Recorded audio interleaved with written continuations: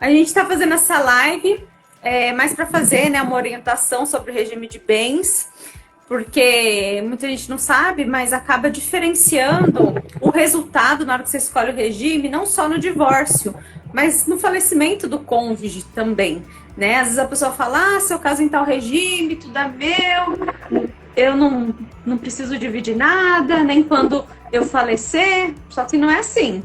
Nem tudo que reluz é ouro.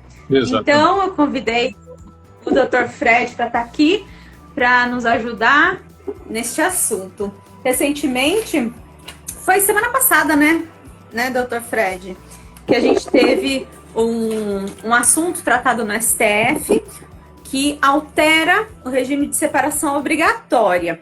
Mas antes de falar dela, vamos falar do regime mais comum, que é a comunhão parcial de bens. O que você tem a nos dizer, doutor Fred?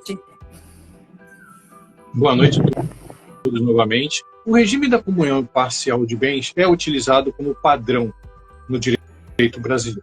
Mas eu prefiro ir um pouquinho mais além disso. Toda vez que alguém vai se casar, duas pessoas vão se unir, talvez essa seja a última coisa que eles pensem. E se fazem isso, o fazem erroneamente. Por que eu estou dizendo isso? Porque na hora de casar, é meu bem para cá, meu bem para lá. Mas na hora que separa, é meus bens para cá, meus bens para lá. E é nessa hora em que as pessoas se dão conta de que deveriam ter tomado uma providência lá atrás. Deveriam ter feito a escolha de um regime de bens adequado às necessidades dele. Então, esse é um assunto muito importante. Todo mundo fica na euforia do casamento, na festa do casamento, na lua de mel, mas esquece de uma parcela muito importante, uma parte muito importante, que é exatamente a escolha do regime de casamento, regime de bens, perdão. É importante salientar, né, que todo relacionamento, não só conjugal, né, mas tem altos e baixos. E muitas vezes, eu vou te dizer uma experiência pessoal. Eu cresci ouvindo meus pais brigando e falando que ia separar, porque ia ter que dividir, sabe essas coisas? Então, Sim. sempre tinha na minha cabeça, quando eu casar, eu quero casar em separação total, porque eu quero que meu marido esteja lá, porque ele quer, não porque, se eu separar, vou ter que dividir alguma coisa, né? Então, isso já foi uma escolha minha, pela minha experiência de vida. Então, é importante as pessoas pensarem que os anos vão vir, dificuldades vão vir, e tratar do patrimônio, que é algo que o casal pretende construir, todo casal quer construir patrimônio, né? É importantíssimo, até mesmo para a saúde do próprio casamento. É verdade. Eu até me antecipo e vejo que o ideal para o direito brasileiro deveria ser a separação total de bens como padrão. Porque se eu comprar alguma coisa, se eu adquirir qualquer bem e quiser que ele se comunique com o meu cônjuge, basta que eu coloque no nome dos dois. Uhum. Não vejo nenhum problema nisso, mas uma escritura imobiliária, uma documentação de um carro, eu não vejo problema em colocar no nome de duas pessoas.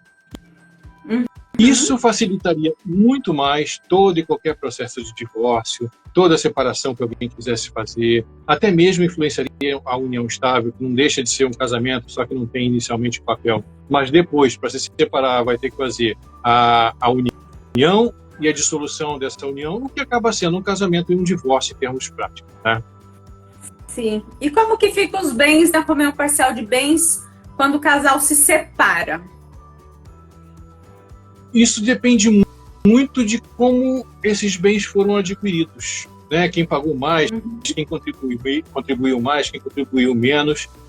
O fato é, nunca, num processo judicial de separação, vai ter uma parte satisfeita. Nunca.